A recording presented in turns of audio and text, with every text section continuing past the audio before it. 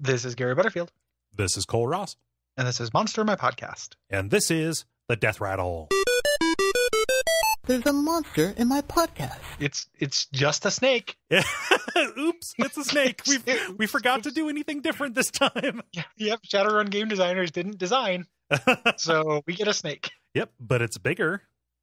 But then again, like there are big snakes. Rattlesnakes aren't that big. This one has a rattle. It does have a rattle. If you imagine like a bigger rattlesnake, which like in your wildest dreams, can you even imagine a slightly bigger rattlesnake? Then you get the Deathrattle. Oh, it's a cool name. You're pooking me, man. I'm still spookins. Yeah. You're spooking me, and that's one of its things. Although no, it's not one of its powers. It doesn't inspire fear. Like it's just part of the flavor text that it will. It is scary. Trust us, it's scary. Trust me, it's scary. We don't have to codify this. If you saw one of these, you would maybe stop and think about what to do next.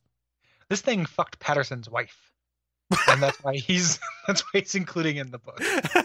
Just so people go after it. We're gonna hunt you to extinction because you fucked my wife. This man Dave I know. He's the one who ends up in this monster, and Deathrattle, who ends up in my monster manual I'm making, so people will hate him. Yep.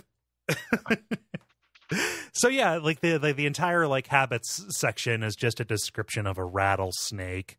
I've never gotten over the idea that snakes just have things called sensory pits.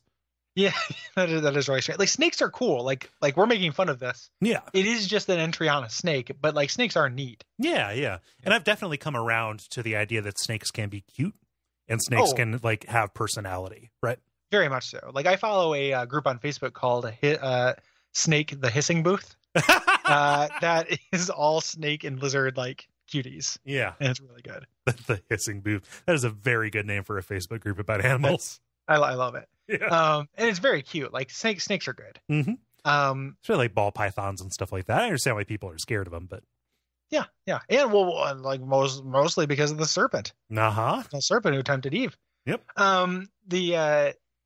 But I think a rattlesnake would be scary, and I think the idea of the snake that like warns you before it kills you is pretty cool.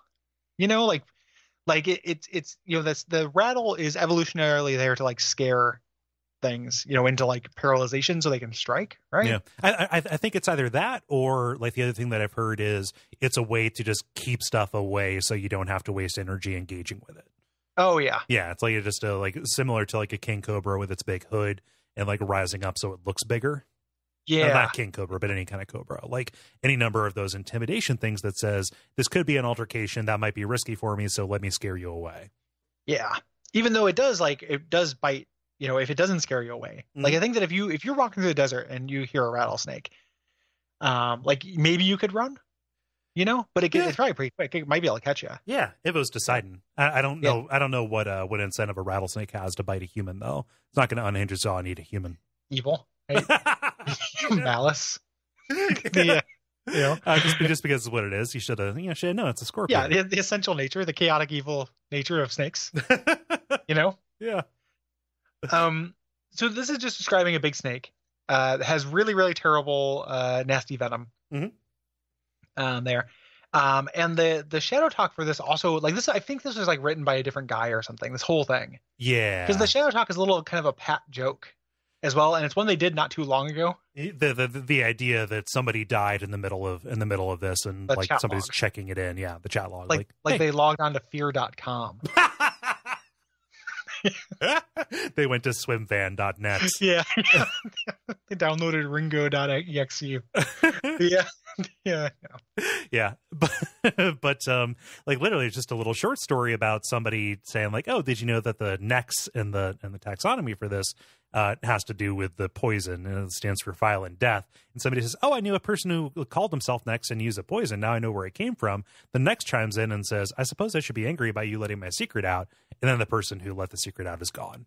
Yeah. NEX. Yeah. Are you still out there? And that's NEX seems like a real piece of shit. I'm not trying to summon him behind me in real life or anything, but right. He seems like a pretty annoying Shadowrun character. Like, correct. It seems unfortunate that my secret is now out. Perhaps I should be angry about that. He's like the gentleman poisoner who is super precious, like is willing to create a blood trail based on the idea that somebody Googled his name. I mean, like do you think he just kills everybody who Googles his name? I think so. I think he's got a real busy schedule. Yeah, next gets around, man. One thing I like about this, I know that this isn't a joke and it's probably taking us further away from a punchline, but something about the way that they handle the poison, it's not so much that it like drains your life, but more so it just makes things that you do more difficult. Like it raises your target numbers as you're trying to just be as the pain just basically like just weighs everything you do down. Yeah, it's really significant, like a +2. Yeah. You know, and thing. And in Shadowrun, you're rolling D6s going for these. You're not adding them. You're going for number of successes. So like target numbers will be above 6, but not that often. But if you're going in a range between 1 and 6, a +2 is really significant. Yeah. You know, pretty big deal. Yep. Yeah. You know, you're right. That is less of a joke thing to go out on. Brought to you by our backers at patreon.com/duckfeed.tv.